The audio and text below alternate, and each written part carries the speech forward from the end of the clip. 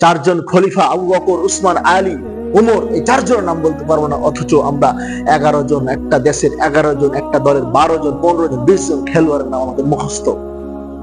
গাধা ছেলে, বোকা ছেলে, তোমার মাথায় সম্পূর্ণ গোবর ঢোকা আছে, তোমার মাথায় তো ব্রেন নাই, মগজ নাই, সব গোবর ঢোকা আছে।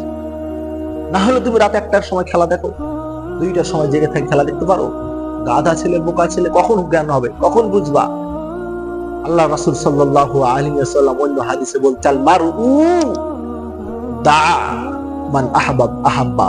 রাসূল সাল্লাল্লাহু আলাইহি ওয়াসাল্লাম বলেছেন যে যে যাকে অনুসরণ করবে তার সাথেই সে থাকবে, যে যাকে অনুসরণ করবে কিয়ামতের মাঠে তার সাথেই সে থাকবে।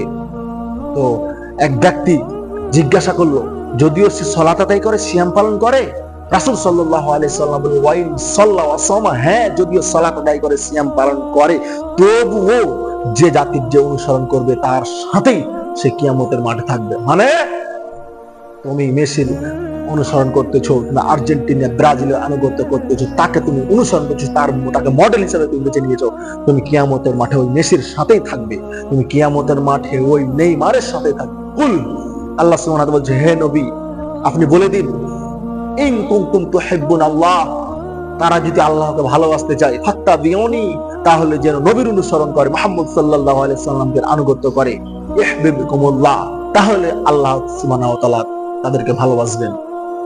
নবীর আনুগত্য করতে হবে। আমরা নবীর আনুগত্য করি না। আমরা 10 জন জান্নাত প্রাপ্ত, সার্টিফিকেট প্রাপ্ত জান্নাতি সাহাবীর নাম বলতে পারবো না।